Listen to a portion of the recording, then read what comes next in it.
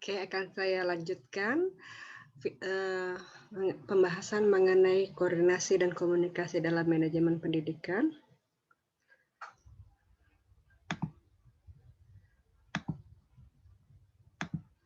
Pembahasan kita selanjutnya adalah mengenai komunikasi di dalam organisasi.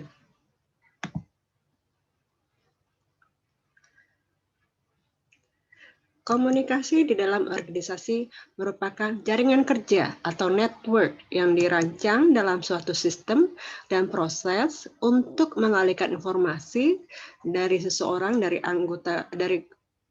ketua ke anggota lainnya atau sekelompok orang, misalnya dari bagian administrasi ke dosen ke mahasiswa, demi tercapainya tujuan organisasi. Kegiatan komunikasi dalam organisasi yang berkaitan dengan pertukaran informasi, diantaranya menetapkan tujuan.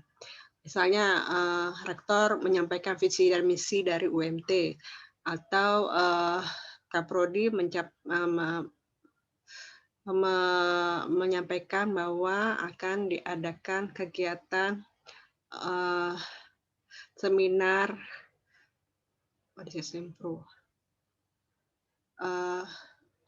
seminar proposal. Tujuannya adalah supaya mahasiswa akan dapat melaksanakan penelitiannya dengan sistematik dan baik. Kemudian komunikasi yang wujudnya pelayanan pada pelanggan, pelayanan universitas terhadap mahasiswa, komunikasi yang tujuannya untuk membuat dan pelaksanaan keputusan. Misalnya dari SK, dari rektor ke prodi, dari SK dari rektor untuk para dosen. Misalnya kemarin SK dari pelaksanaan untuk SK tentang libur Idul Fitri, ya, Idul Fitri, libur Lebaran, maka berdasarkan SK tersebut, insya Allah minggu depan kita libur. Kemudian berikutnya negosiasi dengan klien. Negosiasi dengan klien, kita menyampaikan mengenai layanan apa yang kita bisa berikan pada klien, atau klien juga bisa menyampaikan layanan apa yang dibutuhkan mereka. Kemudian mengukur prestasi kerja. Pimpinan menyampaikan bahwa akan ada intensif kalau stafnya bisa memenuhi target. Komunikasi yang menyampaikan atau menggambarkan interaksi dengan peraturan yang ada. Komunikasi mengenai perekrutan dan pengembangan staf. Dari CEO ke bagian HRD membuat pengumumannya atau ke biro perekrutan pegawai, kemudian dari HRD ke calon pegawai yang baru, kemudian komunikasi membuat produk.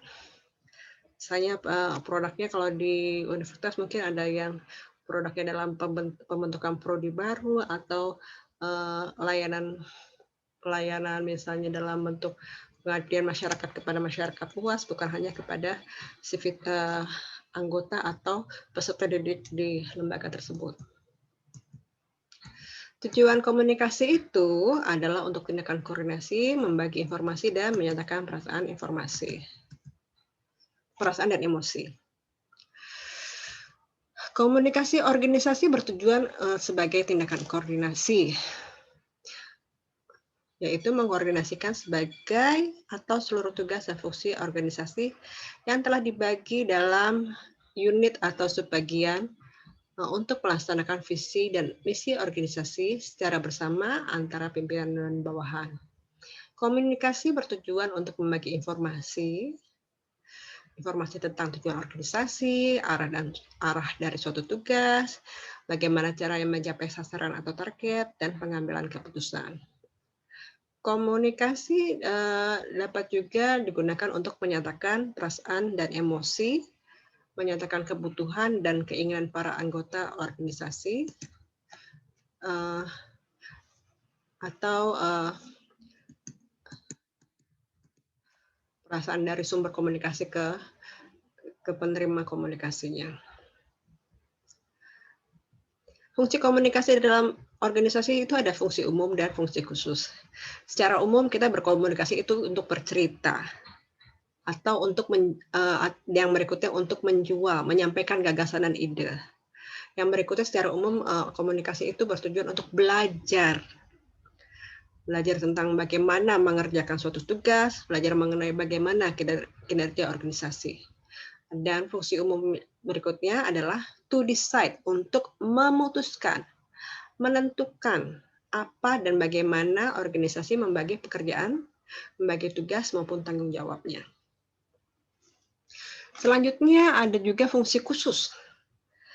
Di sini fungsi khususnya adalah komunikasi antara atasan bawahan itu adalah sebagai bentuk dari satu unit komando. Jadi bagusnya satu organisasi itu satu pimpinan supaya satu unit komando. Ya, makanya ada walaupun ada beberapa direktur tapi ada yang namanya Chief Executive Officer, ada pimpinan yang paling atas.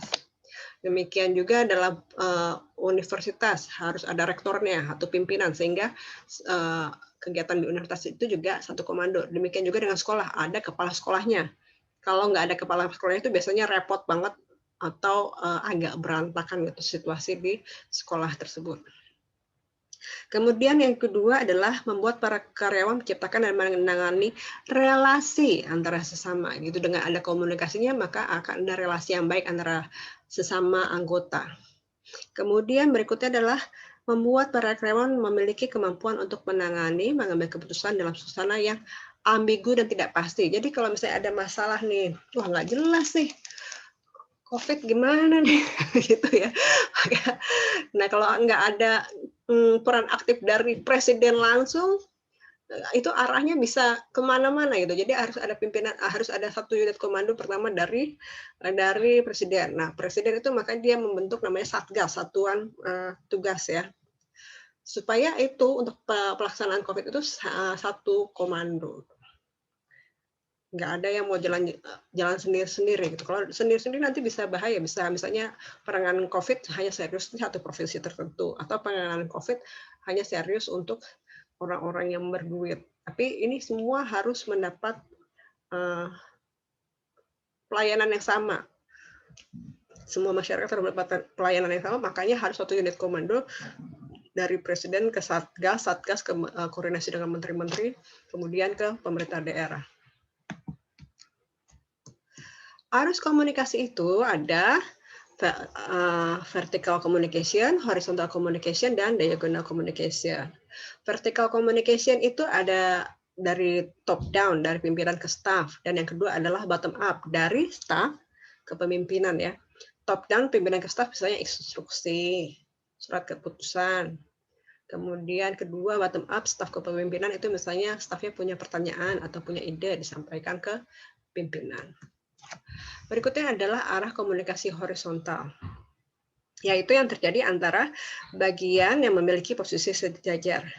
Tujuannya adalah untuk persuasi, mengajak, mempengaruhi, dan memberikan informasi pada bagian atau departemen lain yang kedudukannya sama. Selanjutnya adalah komunikasi diagonal. Ini biasanya antar instansi atau departemen yang berbeda dan tidak sederajat atau sejajar. Misalnya antara rektor dari kampus A akan bekerja sama dengan fakultas di suatu universitas lain gitu. Atau misalnya dari rektor dengan Pemda, mungkin rektornya tidak langsung menghadapi dengan gubernurnya, tapi mungkin dengan anak buah gubernur. Kemudian keuntungan dari kegiatan komunikasi diagonal yaitu penyebaran informasi bisa lebih cepat dan individu dari berbagai bagian atau departemen bisa ikut bantu menyelesaikan masalah dalam organisasi. Komunikasi di dalam manajemen berbasis sekolah terdiri dari komunikasi internal dan eksternal. Dasar dari komunikasi internal adalah terbina komunikasi yang baik dan sehat sehingga tujuan bersama dapat dicapai dengan seoptimal mungkin. Semua berkomunikasi dengan baik, semua saling menghormati, tidak ada yang saling mencurigai, tidak ada yang punya niat jahat. Kemudian tujuannya dari komunikasi internal adalah menciptakan kondisi yang menarik dan bersahabat serta bermakna, Sehingga setiap personel merasa senang dan tenang. Ya, kalau udah semua personel merasa senang dan tenang, insya Allah mereka akan bekerja dengan baik sehingga tujuan organisasi dapat tercapai dengan efisien dan efektif. Para guru mampu bekerja sama untuk meningkatkan kemampuan dan kinerjanya.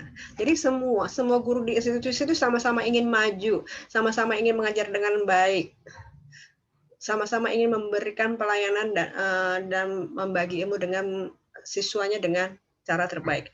Jadi bukan saling bersaing untuk mencapai posisi berikutnya atau untuk mendapat insentif yang lebih banyak atau menghargai yang lebih banyak, tapi semua bekerja sama.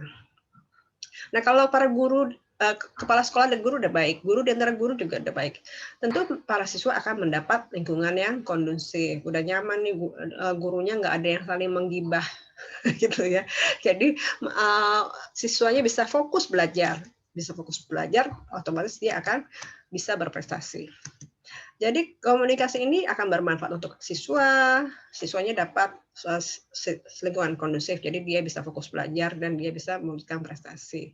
Demikian juga untuk mengajar, kalau mereka antara pengajar itu saling bersahabat, jadinya mereka bisa semuanya bisa meningkatkan kemampuan dan semuanya bisa meningkatkan kinerja, otomatis akan bekerja sama untuk kebaikan lembaga pendidikan.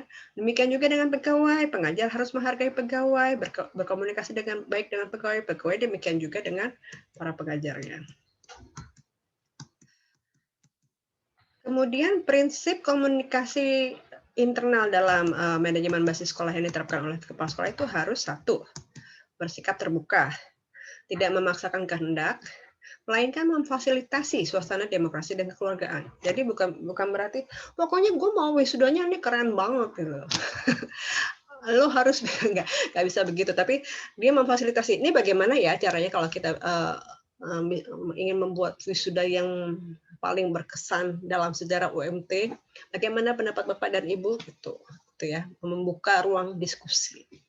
Atau bisa juga kemarin kalau kita merefleksi kegiatan wisuda yang lain, kemarin tuh ada masalah apa ya? Dia membuka forum tanya jawab bila ada masalah yang pernah dihadapi dalam kegiatan yang sama di yang sebelumnya. Gitu. Atau kegiatan yang sedang berjalan, kenapa sih ini kok masalah perizinan dari dinas kesehatan, misalnya karena dalam situasi COVID ya, kok nggak turun-turun nih kenapa gitu. Tapi nanya mungkin dengan cara yang lebih baik gitu ya. Mungkin saya bisa membantu solusinya gitu. Ya selain bertanya juga ngasih solusinya gitu ya. Kemudian kedua, mendorong guru mau dan mampu mengemukakan pendapat untuk memecahkan masalah. Oke. Misalnya di sini Kaprodi gitu ya, Kaprodi saya tuh nggak pernah nyuekin kalau ada dosen yang bertanya, dia selalu menjawab. Atau kalau ada suatu permasalahan, dia bukan hanya mengambil keputusan sendiri, tapi juga berdiskusi dengan dosen lainnya. Ketiga, mampu mendorong aktivitas dan kreativitas guru. Ya, oke.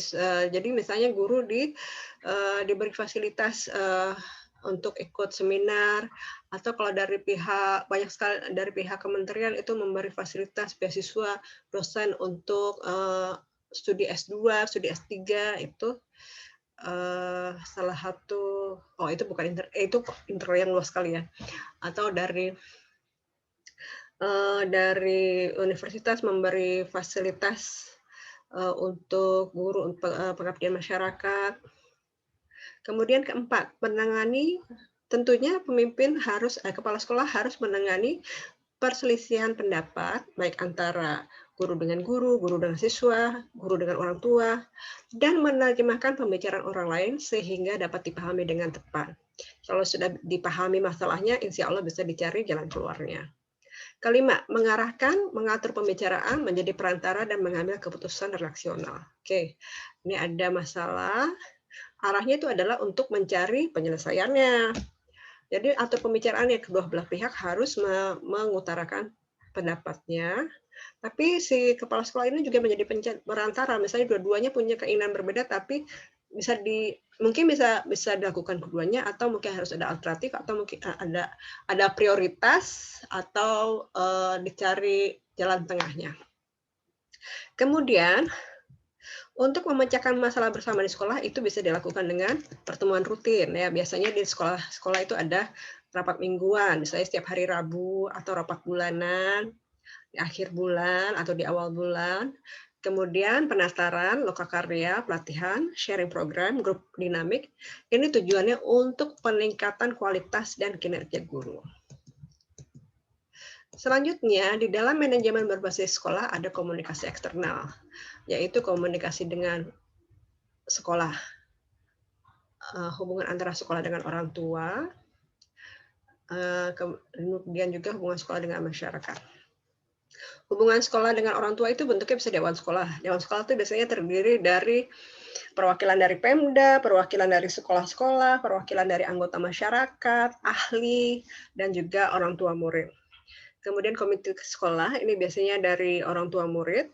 Kemudian bentuk komunikasinya itu dapat dalam bentuk forum, rapat, PTA, pertemuan orang tua dan guru atau pihak sekolah dengan guru, penyerahan laporan pendidikan, atau bisa juga diadakan ceramah atau seminar pendidikan atau ceramah atau seminar tentang perkembangan anak.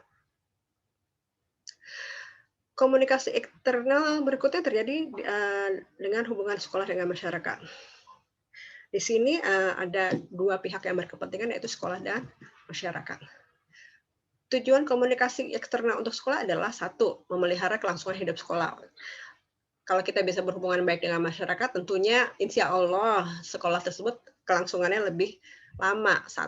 Pertama karena akan menerima siswa terus, kedua juga akan meminimalisir masalah. Kedua, meningkatkan mutu pendidikan di sekolah. Ketiga, memperlancar kegiatan belajar dan mengajar. Oke. Keempat, memperoleh bantuan dan dukungan masyarakat ya. Kalau kita hubungannya baik dengan masyarakat, masyarakat akan mendukung. Dan tentu saja hal itu akan memperlancar kegiatan belajar mengajar. Komunikasi eksternal ini juga ada tujuan dari masyarakatnya. Dengan adanya komunikasi eksternal ini akan tercapai tujuan masyarakat. Yang pertama adalah memajukan dan meningkatkan kesejahteraan masyarakat. Misalnya wujudnya dengan KKN, dengan magang mahasiswa di sekolah-sekolah, kemudian memperoleh kemajuan sekolah dalam memecahkan berbagai masalah yang dihadapi masyarakat. Dan dengan adanya KKN kita tahu masalah yang dihadapi masyarakat. Dan universitas atau mahasiswa dapat membantu memberi solusi. Dengan magang kita bisa lihat kendala apa yang terjadi dalam kelas, sehingga mahasiswa dan universitas dapat memberikan solusi mengenai masalah penyampaian materi di kelas, misalnya. Kemudian C, menjamin relevansi program sekolah dengan kebutuhan dan perkembangan masyarakat. Oke, sekali lagi karena kita turun ke lapangan kan, kita tahu nih masalahnya apa yang ada di sekolah. Sehingga nantinya kalau kalian lulus, kalian sudah tahu apa yang akan dilakukan terhadap siswa, terhadap sekolah. Kemudian D, memperoleh kembali anggota-anggota masyarakat yang terampil dan makin meningkat kemampuan. Siapa anggota-anggota masyarakat ya? Ya, kita. Kita akan kembali juga ke masyarakat kan, kita kan anggota masyarakat. Nanti kalau kalian jadi pengajar, kalian juga menjadi anggota masyarakat. Itulah yang disebut dengan kembalinya anggota masyarakat yang terampil dan meningkat kemampuannya. Bidang kerjasama sekolah dengan masyarakat itu bentuknya dapat berupa bidang pendidikan. Misalnya sekarang ada kampus mengajar, tuh kemudian bidang pembinaan keterampilan. Kita membuka, misalnya universitas membuka workshop untuk teknik mengajar yang baru, misalnya tentang problem solving atau workshop tentang mengajar yang memfasilitasi soft skill. Kemudian pembinaan pembinaan olahraga. Nah di sekolah tuh biasanya ada selain kelas meeting juga ada lomba olahraga dengan sekolah lain gitu kan. Kemudian ada kesenian dan sosial. Biasanya sekolah tuh ada pensi, pentas seni. Selanjutnya pensi itu biasanya mengundang masyarakat untuk hadir kan. Berikutnya, komunikasi melalui media massa dan sosial media. Jadi kita udah ada kerjasama dengan masyarakat nih, misalnya kegiatan pengabdian masyarakat kita sebarluaskan melalui media massa, sehingga mungkin bisa dapat respon masyarakat yang lebih luas atau dukungan pihak lain yang lebih banyak. Kemudian bisa juga dengan pameran sekolah. Biasanya ini sekolah-sekolah swasta itu setiap bulan April Mei gitu akan ada open house, di mana bisa ditunjukkan fasilitas sekolah, Bahkan juga kadang-kadang ada free session, sesi gratis gitu. Jadi calon siswa bisa melihat apa yang akan diterima selama belajar di situ. Oke, demikian materi hari ini. Semoga bermanfaat.